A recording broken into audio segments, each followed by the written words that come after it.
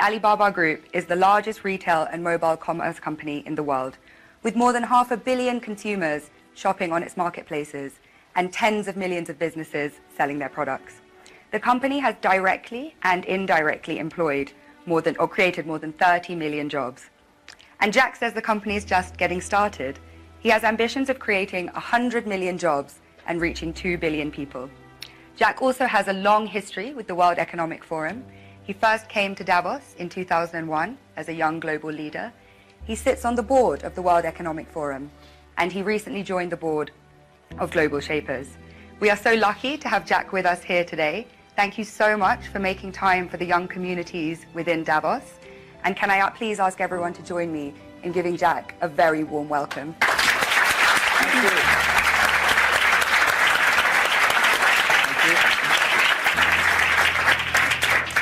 We have global shapers, young global leaders and technology pioneers in the room who are all really looking forward to asking some questions. So I'll just kick off with a few first. Please. So you ended your interview last year by saying we really need to pay attention to people who are 30 years old, to the next 30 years, and to companies that have less than 30 employees. I turned 30 last year, so it was particularly welcome to hear this. And I think for many people in the room, they meet one or two of those categories. So in light of that, what are you most looking forward to and most scared of in the next 30 years? Yeah, we people are very lucky because we are in the area that the world is in a very big transformation because of the technology. I think we read a lot on the books that 200 years ago when the first industry have a lot of great people, and then 100 years ago electricity revolution came, a lot of successful people. So now the technology comes. This new technology will also create a lot of successful people, interesting careers. But honestly, every technological revolution comes is going to create a lot of social problems. And my view is the first technology revolution caused the First World War. Second technology revolution caused the Second World War. Now we're on the third. So what is going to happen? People worry about artificial intelligence. People worry about robots. People worry about a computer and data and privacy and securities. People start to worry. But whether you worry, it will come. You don't worry, it comes. So the thing is how you change yourself. So I think next 30 years, the world is going to be huge change. If there's a third world war, I think the world war should be a war against the disease, a war against environment pollution, right? A war against poverty together. We should not a war against ourselves. But if we do not see clearly that using the new technology to solve this problem, if we do not unite, align together, human beings are going to fight each other. Because every technology revolution will make the world unbalanced. When something unbalanced coming, somebody used to be number one, suddenly become number two, and somebody was number three, and then become number one. It's all not comfortable. So we people, if you're 30 years old, my view is that when you are 20 to 30 years old, you should follow a good boss, join a good company to learn how to do things properly. When you're 30 to 40 years old, if you want to do something yourself, just do it. You still can't afford to lose, to fail. But when you're 40 to 50 years old, my suggestion is that you should do things that you are good at, right? And not do things that, oh, that's very interesting, I want to try something new. It's a bit dangerous more. When you're 50 to 60 years old, spending time training and developing young people, the next generation. When you're over 60 years old, better stay with your grandchildren. But this is normally general like that. Not everybody will like, but most of the people will like that. So 30 years old, we people, next 30 years, are the luckiest period. We have a lot of challenges, a lot of things are happening, and with our knowledge, with our physical power, it's time you need to change. You have to think, if you want to be successful tomorrow, it's impossible. If you want to be successful a year later, it's impossible. But if you want to win 10 years later, you have a chance. That is what I think. Wonderful. And moving on to a topic which is kind of impossible to ignore after 2017. So a third of all the people in leadership positions in Alibaba are women. But the picture elsewhere is a bit more bleak. And a friend of mine recently said something that has really stayed with me. Women are tired of empowerment programs and we want power. In 2016, venture capitalists invested $58.2 billion in male-founded companies, while women received just $1.46 billion. And as 2017 showed, it was a year of sexual harassment scandals, the gender pay gap still exists, and unfortunately, the list does go on. So how do you think we can move beyond tokenistic gestures towards genuine gender equality? Yeah, that is very interesting. A few years, like 4 years ago, there is a journalist came to our company, and when he leaves, he asked me a question, why there are so many women in your company? And I never realized we have so many women in our company. I said, anything wrong? Today, we have a 49%, close 49% of the employees of our company are women. That's a lot for a high-tech company. It's not on purpose we hire women. We think they are great in helping us to grow. Alibaba is an e-commerce company. E-commerce is a service industry. To serve people better, you should have a service heart. We find that women doing much better jobs than men. And the second is that last century, people compete because muscle. No, not this century is not muscle, it's the wisdom. And next is, I believe, if a person wants to be successful, you should have a high EQ. But if you don't want to lose quickly, you should have a high IQ. But if you want to be respected, you should have high LQ, the Q of love. So those three Qs put together, a lot of men, they have a high IQ but low EQ, and a very tiny LQ. Women, balance-wise, they're the best. If you want your company to be successful, if you want your company to operate with wisdom, with care, women is the best. In my company, we notice that women, they care others much more than men. Even on our site, today on shopping site, e-commerce, we find women buy a lot of things. But they buy for their husband, their parents, their kids. Men only buy for themselves mostly.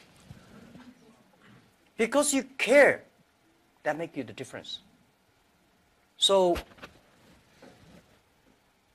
we have a 49% of the colleagues in the company are women, and close 37% of the senior management are women.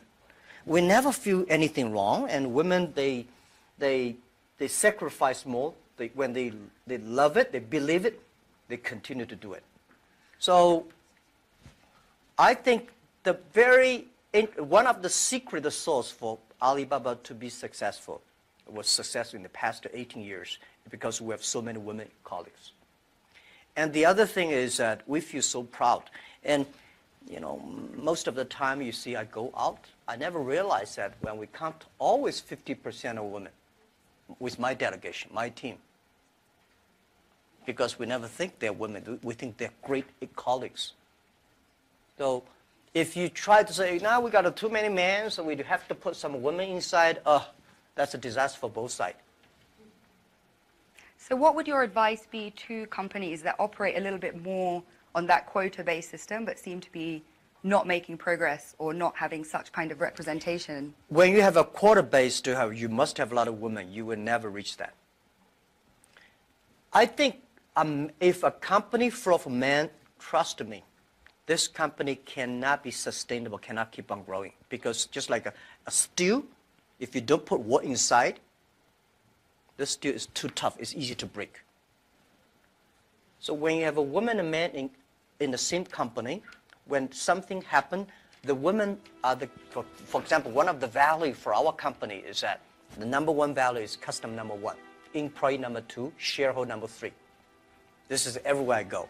Wall Street did not like my point, but this is what I said, you know.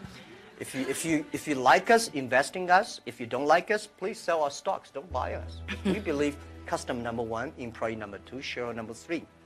But when we start to compete, men suddenly get very angry, and you know they start. And women always come and say, no competition. Let's think about customer number 1. Most of the women, they believe in the first day dream or first day love. Most of the men, easy to forget.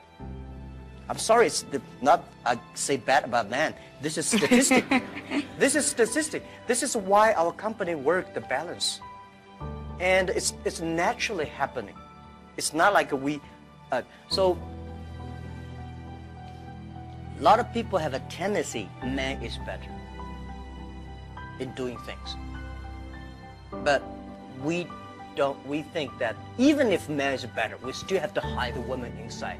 And then the women have enough women will hire people more. So this is how we did it. So I don't know how many high-tech companies in the world like us, 49% colleagues are women. We feel proud of that. As you should be, and I think it's a very strong message to send out to, like I say, other companies that have a range of reasons for why that's not the case. But clearly you've been able to build the most successful one with that being so. So you just came off stage after giving a talk about digital e-commerce and what needs to happen for small businesses and entrepreneurs to benefit from globalization. At a time when globalization once again is being questioned, is it really delivering for the most vulnerable? Is it delivering for people in the global south, etc.? So what is your message to people in this room kind of about globalization, really? I think globalization cannot be stopped. Nobody can stop globalization. Nobody can stop trade. And I believe if trade stops, war starts. Trade is the way to solve to dissolve the war, not to cause the wars. I think globalization did a fantastic job in the past 30 years. Enriched a lot of countries, but of course caused a lot of problems, right? Young people did not have opportunities. Small business have not opportunities. Developing countries were neglected. But it's only 30 years. It's a baby. It's a growth. You have to improve it. If you do not improve it, then you kill it. It's easy. Most of the time, to kill something is much easier.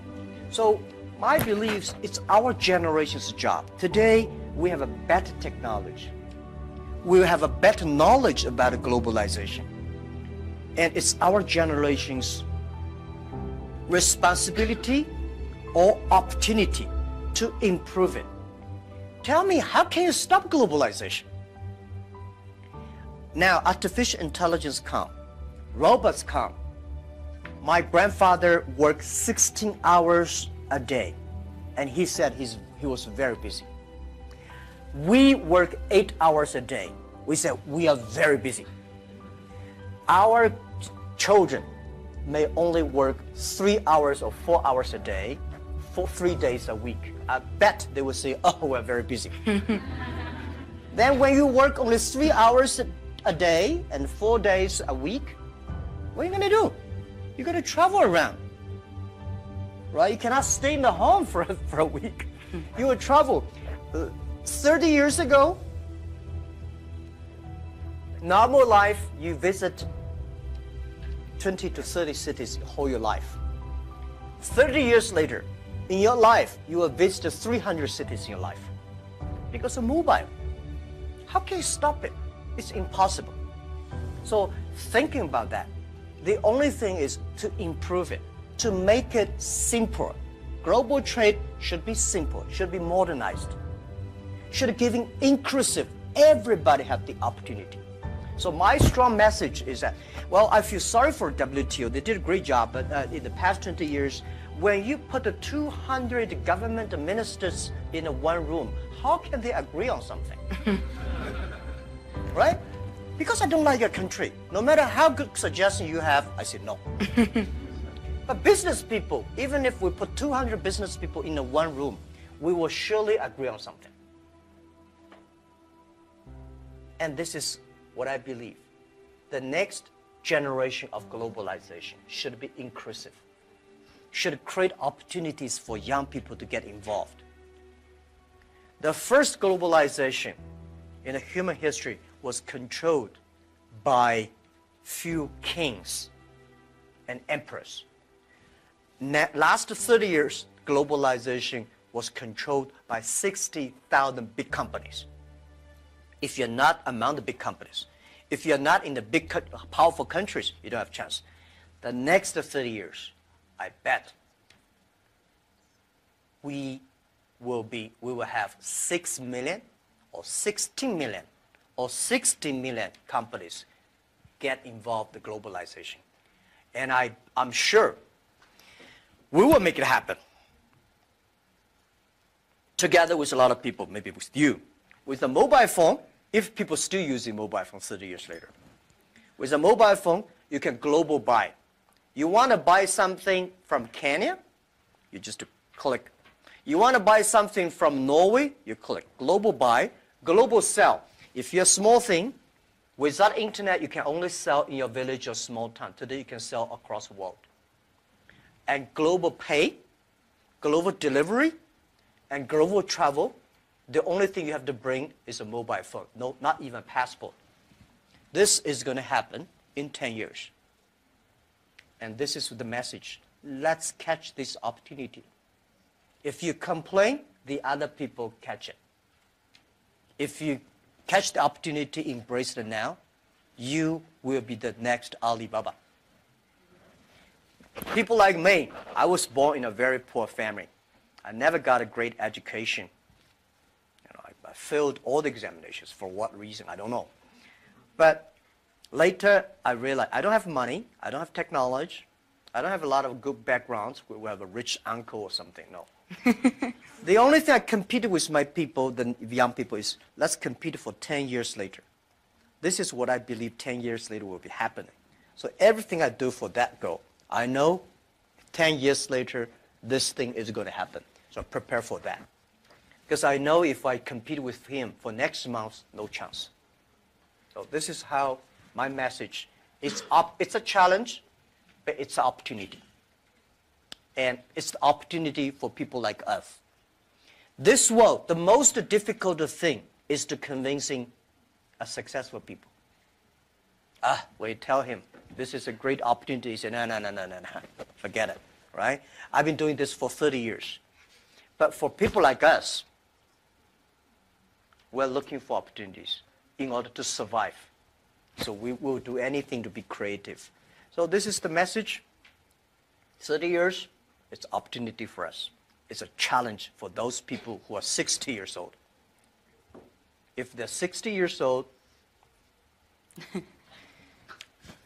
not discrimination, but it is tough for them. And maybe says something about how we need to look at government as well in terms of more young people entering and doing policy making. So if there are these 6 or 16 or 60 million businesses and we're all kind of hyper-connected, on a more fundamental level, do you think consumption is making us happy? Consumption? What do you mean consumption by making us happy?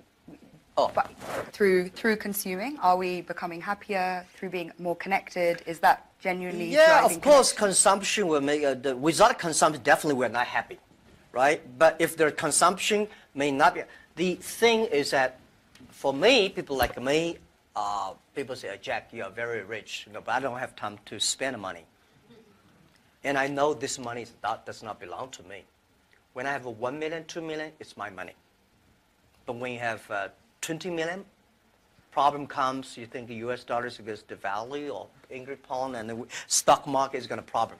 When you're over $1 billion, that is the responsibility because the society trusts you can manage the money better. If you think that is your money, you'll get into trouble.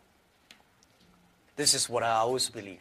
That's the, how can a person have 20 or $2 billion? No matter how hard you work, you should not get to 2 billion or 20 billion. The money people put on you is the trust and credit you have. So you should spend money better than government. You should spend money better than the other people. Spend money on the right places. So consumptions, yes. And I can service industry. Let me tell you one thing. The AI robots is going to kill a lot of jobs. Because in the future, machine. But there will be, we have to create modern service industry. Service industry is going to have. Service is got a lot about consumptions. So doing the consumptions, service industry has huge hope. But you have to do uniquely. I think from that slightly philosophical point, we can turn to the floor for questions. So if you, if you could please introduce yourself, say where you're from, please keep your questions succinct so we can take as many as possible and relevant for the whole group. Great, so would you like to go first? Hi, my name is Parv. I'm a global shaper from Chicago. And you just talked about philanthropy, and I'm curious if you could talk about how you see your role is changing in the giving space, particularly given the fractured world we live in. Yeah, I think philanthropy, it's not about helping others. It's about helping yourself. I had a huge debate with my colleagues. Several years ago, there's a big earthquake in China. And there was a big earthquake in Japan. So we donated I forgot the exact, like $20,000 to Japan, $10, $15 to China. And people say, why we donate that little? Because we are, we have a lot of money. And my point is, no matter how much money you donate, 2 million, 20 million, that money compared to that is tiny. You cannot change a lot of things there. The thing you donate because you change yourself. When you change, the world is changing. You have to change yourself, right? And the next thing is that philanthropy is about action. It's about involvement. It's not about giving money. It's about to wake up people's consciousness. So I think, to me, I grow up, and my globalization is grow up in this place. Year 2001, when I was nominated as a young global leader, I had no idea what is Davos, where is it, and what is about a young global leader. But I came here, I learned, I listened about these corporate global citizenship and globalization, all things. I grow up. I understand. This is, to me, it's like a philanthropy. And this has changed to me because I told Schwab that every time I come to Davos, I want to spend time with young people. Because I benefit from young global leader, early days. When I listen to Bill Gates and Bill Clinton and George Soros, these guys, at that time we don't have that many people.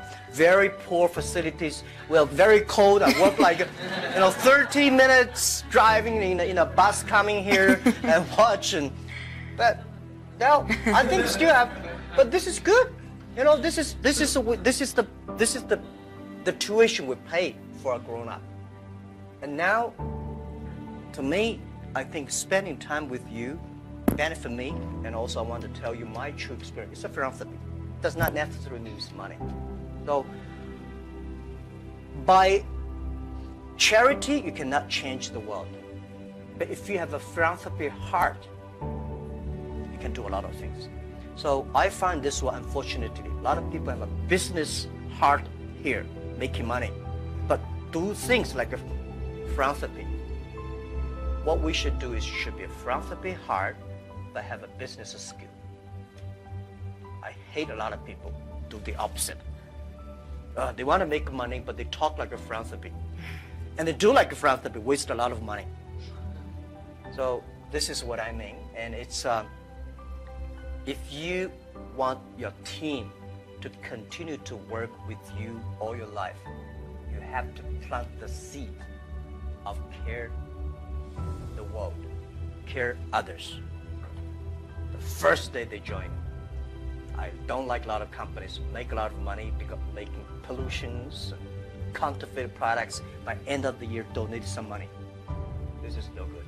Business, the philanthropy idea should should be buried into the business model. That's, yeah. Philanthropy of heart, I think, Yeah. the message that young people can take forward. Please. Hi, my name is Iman. I'm a global shaper from the Jeddah hub in Saudi Arabia. My question is, as a young boy, did you envision that your life would be like this? Did you have intuition about this? And if so, do you think the belief helped in achieving such great success? As a young boy, I never thought, as a young boy, even if today, I never thought I would be here. Honestly, I never thought. But as a young boy, when I look back, every problems I met when I was a kid benefited me. I failed so many times. People probably know that I'm applying jobs for so many jobs, over 30 jobs, all rejected, not even got a chance. 24 of us were interviewed for a KFC job. 23 accepted. I was the only guy rejected. 6 people went for looking for a police job. 5 accepted. I was the only one. My cousin and I applied job as a server in a 4-star hotel in my city. We waited a long queue for 2 hours. He was accepted. I was rejected. So my mother looked at me, but I know this is a training course for me.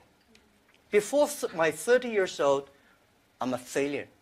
People lose, but I never give up. I think there is an opportunity there. And then I was a teacher later. I graduated from university. I was a teacher in the university for 6 years. Number 5 year, I was elected the best teacher of my university, elected by students. So I said, everything I taught my students are the things I learned from books. What if I go out, spend 10 years, experience all the things, whether fail or succeed, I go back to teach again. That was my original thinking doing Alibaba. So I never thought I could be rich. I never thought I would be successful. I never thought we could survive for 18 years. And then we made it.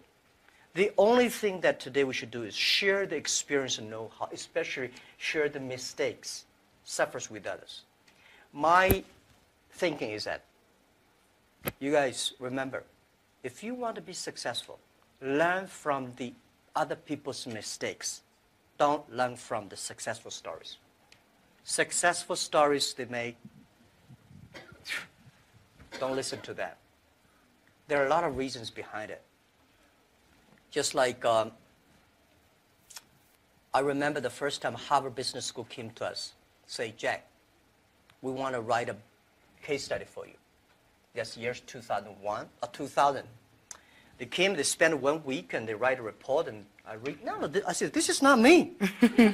And they said, this is you. I said, no, this is not us. He said, this is you.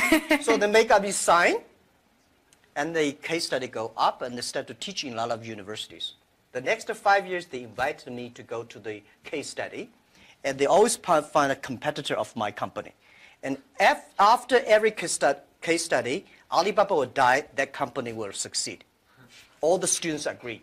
And actually, every 5 years, all the competitors die, we still survive. So how can you study this kind of a successful story? Learn from the mistakes, the other people. No matter how smart you are, you will encounter these mistakes. You learn from mistakes not because you will be able to avoid mistakes. You will able to, when these mistakes come, this suffer comes, you know how to deal with it, how to face it. The book I want to write, if I can, is Alibaba 1001 Mistakes. This is the most treasurable things that in my life. In my life, it's not how much we achieved. It's how much we gone through the tough days and mistakes. And this is what, if you start to think now, it would be good. So if you ask me when I was a boy, I never thought about that. Never. Let's go to the back of the room. Yeah.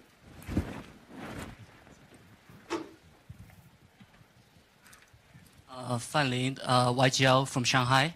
I know that you recently spent 100 billion RMB in deep tech research. I just wonder how you think of the future of deep tech and how that's going to influence humanity and creativity.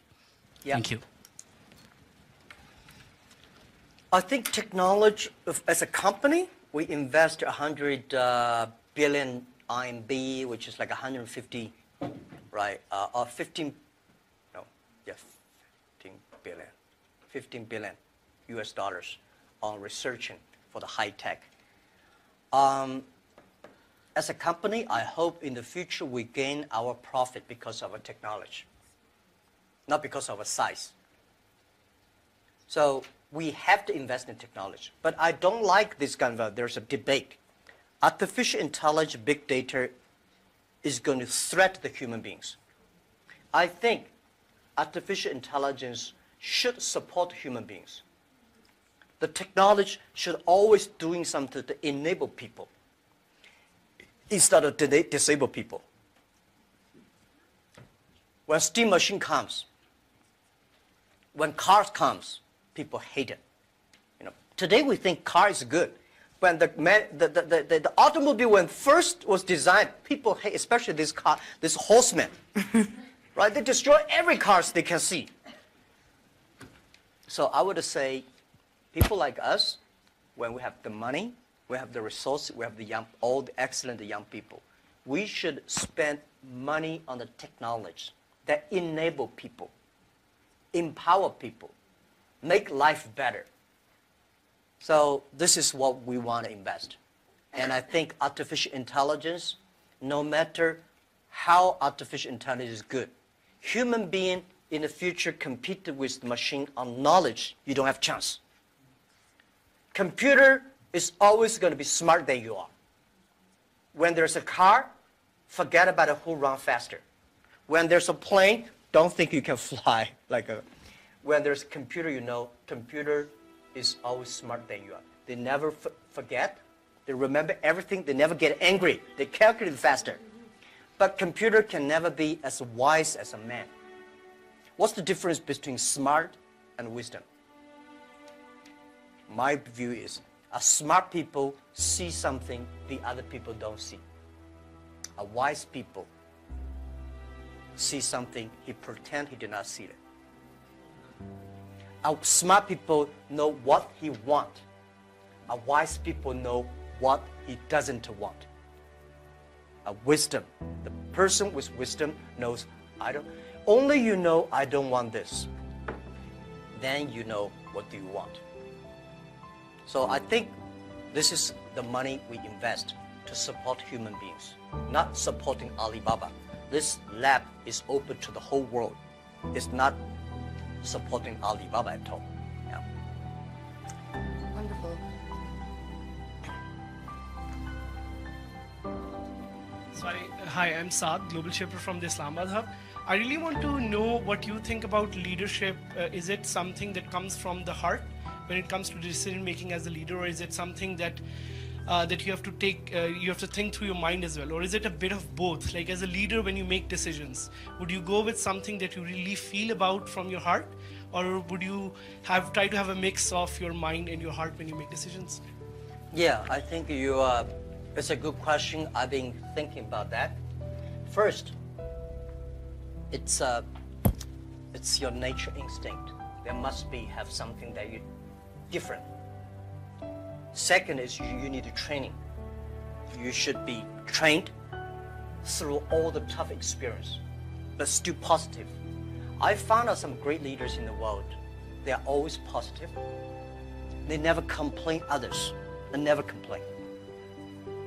And they look at the things in a different view, like normal people. So I think people in my company, at the beginning they don't like me because I'll always think about 10 years, 5 years. And then after we're working together for 3 or 5 years, they find out, you're right. Then we got the credit rating. And as a CEO, one of the jobs, when everybody's happy, you have to see the unhappy things. When everybody's unhappy, you have to see the happy things. So leadership is nature, but you have to have train and learn. And I got my leadership upgraded in Davos. I see so many. Ali Financing, how many people here know about Alipay? Thank you. Alipay's decision was made here. I was thinking about Alipay, but I was not dare to launch Alipay because in China, if you do financing without license, you will be in jail at that time. So I went to the banks, can you help us do the e-commerce on transaction? No. No banks would accept it. So if there will be no Alipay, no financing, the e-commerce will go nowhere. So I was, year 2004, I was here. Listen to a speech by two state leaders about leadership.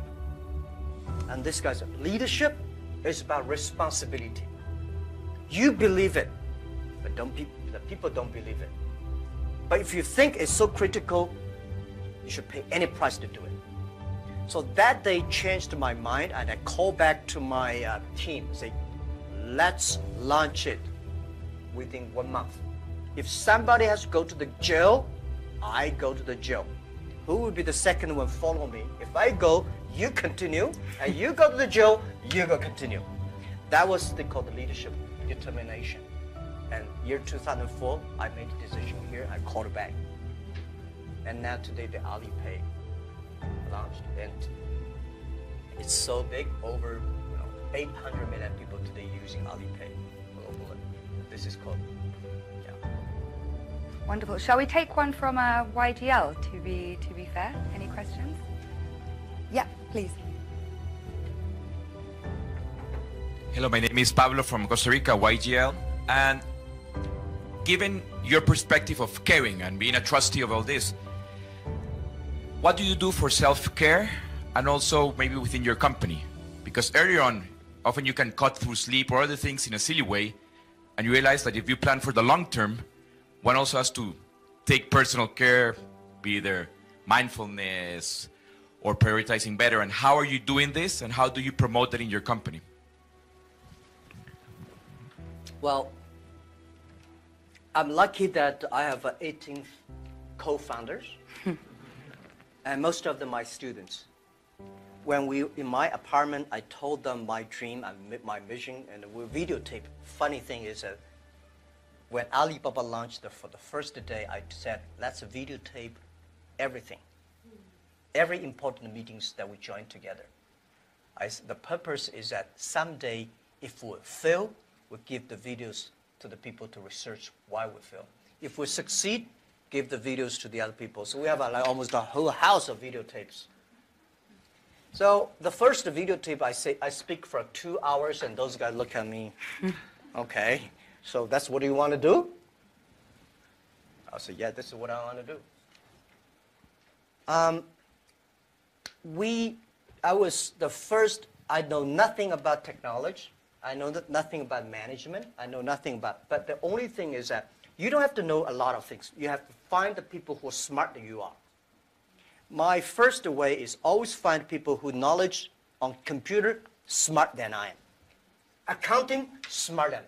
For so many years, I always try to find the people smarter than I am.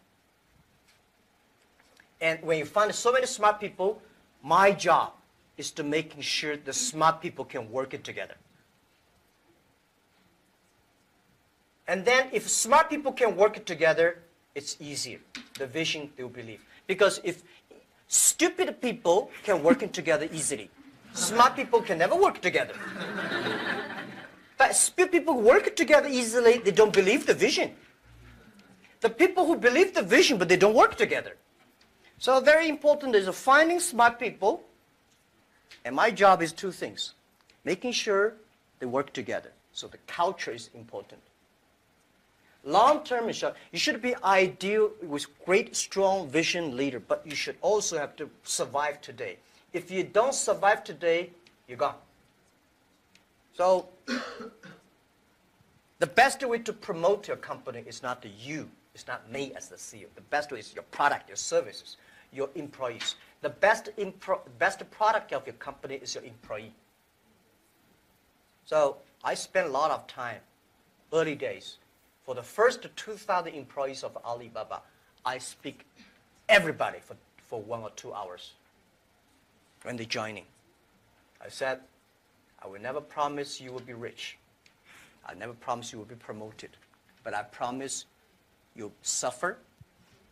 I promise you will have a terrible life, and right? And all the terrible things I promise when join this company. Right? But good things, if you promise good things, you are misleading them. Because I cannot promise myself. We know this is the future, but we are not sure that we will be there. But if we don't work together, we all will lose our job. So that's the thing. And they do always say, and I think I've experienced this myself, if you knew how hard it would be, would you do it?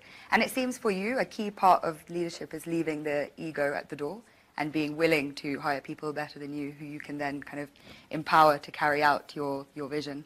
Yeah. Wonderful. Yeah. Hi, I'm Iman from Global Shaper Jakarta Hub. How does your experience of being a teacher influence how you run the business today? And do you have any message for those who are working in education space? Thank you. How does your experience of being a teacher in early days influence how you run the business today? Yeah. Let me tell you one thing. I never thought I could be a CEO. I never thought later I'd become a good CEO. One of the things I learned is from teachers. As a teacher, very important character of a teacher is the teacher always expects his students better. I want this student to become a banker, that student to become a mayor, that guy is a scientist. This is all teachers want. If you don't have this kind of thinking, it's a terrible teacher. A good teacher always wants the other people better. You don't want this teacher in jail, that teacher is a bankrupt, that teacher is, you know. So as a CEO, I trained myself is I always want those people join the company do better than they thought. And everything the company should do is making sure the good environment to training him to be more positive. And everything we do, this is a teacher. And teacher does not mean I know better than you are. Everything I know better than you are because I learn from others. So a teacher should learn all the time. A teacher should share all the time. A teacher should always expect the other people better than you are. And by the way, education, it's a big challenge now. If we do not change the way we teach, 30 years later we'll be in trouble. Because the way we teach, the thing we teach our kids, are the things the past 200 years is knowledge-based. And we cannot teach our kids to compete with machine who is smarter. We have to teach something unique. That is, machine can never catch up with us. In this way, 30 years later, our kids have the chance. I hope I answered your question. It's a very difficult one to answer, but what are those skills that you think we need to teach? If we're moving away from knowledge, what are the key things? Value, believing, independent thinking, teamwork, care for others. These are the soft part. The knowledge may not teach you that. Folks, that's why I think we should teach our kids on sports, entertainment, the music, the painting, art. But making sure humans should be different from everything we teach should be different from machine. If the machine can do better, you have to think about it.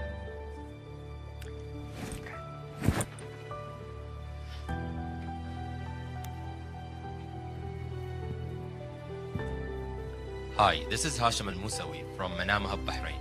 Talking about education and the Fourth Industrial Revolution, we have been talking about people losing their jobs or they are not qualified enough with the skills needed. what are you doing for the people within your company to get up to date, to get continuous learning, to know what's the technologies needed for the future? Thank you. Okay, luckily I don't have to do a lot of these kind of things in my company because we are fighting every day for the future.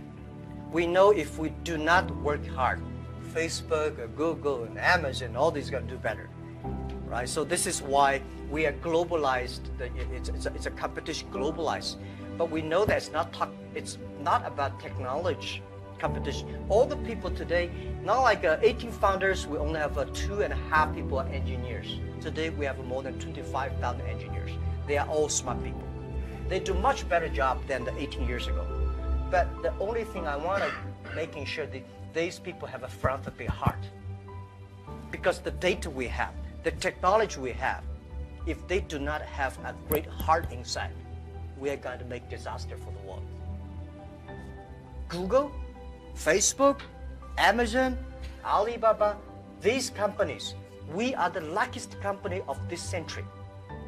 And we have the luck, if we're lucky, we have the responsibility that we should have a good heart to do something good. But on the other thing I want to say is about that making sure that everything you do is for the future. For example, you know about Singles Day? Singles Day, shopping day, November 11th is the day we created. Last year, that day we sold 25 billion US dollars for one day. And for the first minute, over 70 to 80 million people rush inside to shop on the mobile phone. So you have to making sure the system is good enough. We have to finish 270,000 transactions per second. Can you imagine that? 270,000 transactions per second. If we do not have that kind of computing capability, the whole system will crash because we have several hundred million people waiting to pay the money. So this technology, we know why we do this for one day, because we want to test the technology. This technology should be inclusive, because we know today in China we create probably like 100 million package delivery. We believe a day. 5 years later, the whole world would deliver 1 billion packages per day. Think about what's the technology. Are we ready for that? So the Singles Day is to testing this technology and to be inclusive. So making sure the market drive them, not the boss drive them.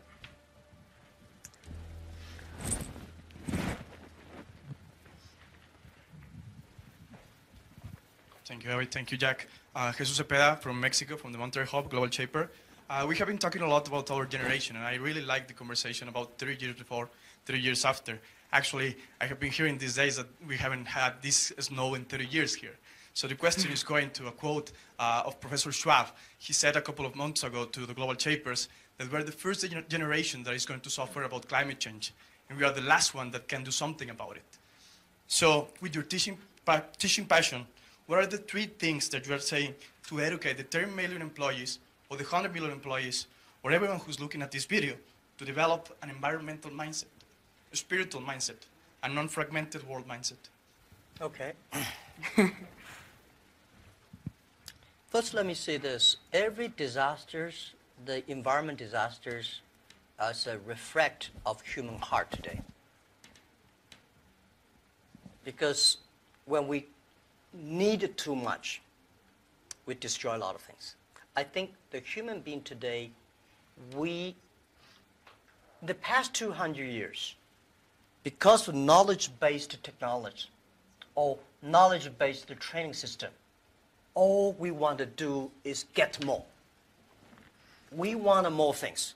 We go to the moon, we go to Mars, we go this, we always outside looking. We human beings never inside looking. If you don't have the inside looking, you will never be wise. If you're not wise, you never know what you don't want. Today, human beings get much more than they expect they should have. So the environmental pollutions, the whole thing happening is because human beings become greedy, become arrogant. So this is why the big data, the data technology is trying to understand the inside of human. What is data? Data is the human behavior. A lot of people, trust me, the machine will know you better than you know yourself.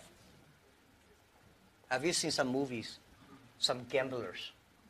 You know, they're great. They look at the eyes. If he got a good card, this eyeball will shake. But normal people don't see it. The machine see all the details. Machine know you better. So what I would say is that in the data period, human being next to 100 years, human will try to understand inward looking. We will see a lot of ugly things of ourselves. When knowledge-based outward looking, you see the ugly things of the others and good things. When you look inside looking. This is Chinese philosophy. Chinese people, our believing is always inside looking. We're supposed to have inside checking every three times a day. But not really. If you can really do that, you can do that. Then you'll be good. So for environment, you're right.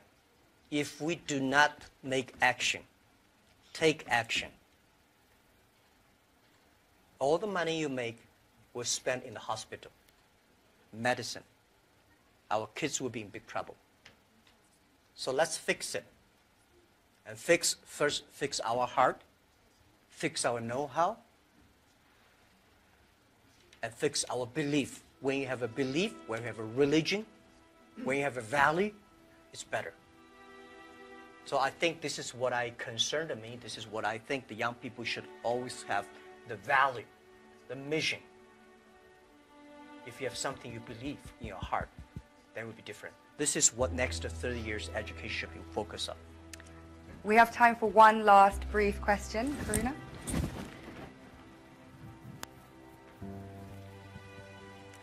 Thank you. This is Karuna from the Portals Hub, Mauritius. And my question is, you talked about your workplace culture. I'd like to have one or two examples, if possible, of how do you motivate your employees. And I'd like to throw in a last question is, how much do you sleep? Because this is such a controversial topic and I keep hearing different versions. Thank you. What about keep the different versions? Some people say you don't sleep. Some I've heard CEOs sleep only 3 to 4 hours, and whereas I've heard you need at least 8 hours. So yeah, I'm a bit divided and I'd love to know your secret. Thank you. Yeah. How do I motivate, incentive or motivate my colleagues? You have to find the people that can mobilize themselves. It's impossible to encourage a negative person. So the people you hire, the people work together, they have to be, or you cannot, we have 65,000 employees now, you cannot hire all of them that positive, but at least the people work with me. My management, leadership, several areas, they have to be positive. They have to know to incentive the others, because I cannot incentive everybody. And making sure the culture. So I think it would be very painful for me to talk to my vice president, and he need to be incentivized and mobilized every time, right? This won't work. If he does not know how to incentivize or mobilize his people, it's better. I don't think he will be the vice president. He should be a good engineer, good designer, but not a good leader. A good leader should know how, but not by only money. Most of people incentivized or mobilized not because you give them a lot of money. You give them respect, trust, appreciation, and correct, heartful advice. When you come to my meetings, internal meetings, you will be shocked. because we are not like a lot of the other Chinese company. The boss say, everybody listen, take notes, and go down. We are like a war room. We make decision based on whose voice is louder. Right? Early days, you know, we fight and talk, and then making sure everybody speak up. Right. So this is also a way of mobilize and incentive. There are a lot of ways, and different people have a different way to send incentive. So this, how much time I sleep? Yeah, I have a problem. I mean, I sleep not very short, but not good, and I don't eat a lot. This is something that I was curious. I don't eat a lot. I'm a very picky on the food, and I don't know. Sometimes I would love to see what the things that make me work like that. But for sure, that if I suddenly give me 1 month vacation, I'll collapse. I think there'll be something in my heart, maybe the mission. At the beginning, it's a mission of 18 people. Today, we have 65,000 people. They all believe the mission. So if I give up, I can give up my position, but I should not give up the mission. If I give up, everybody say, hey, no. So, and then especially today, Alibaba at this size, people continue to say, for this size, the growth rate will be tiny or down. So what's the 10, 20 years Alibaba will look like? If you want to still be greater or triple our size, what the direction? How to do it? So I spend a lot of time thinking. And I love to think. Good thing is I have a good team now. I think, I do the talk, they do the work. Yes. On that note, I'm sorry we didn't have a chance to take everyone's questions. We'll just have to make this an annual convening from now on. And I hope you can all join me in thanking Jack for his strong message of youth, inclusivity, particularly in the context of trade, and how we should all take time to look inside ourselves, cultivate our wiseness, because that's how we'll differentiate ourselves from machines. Thank you so much.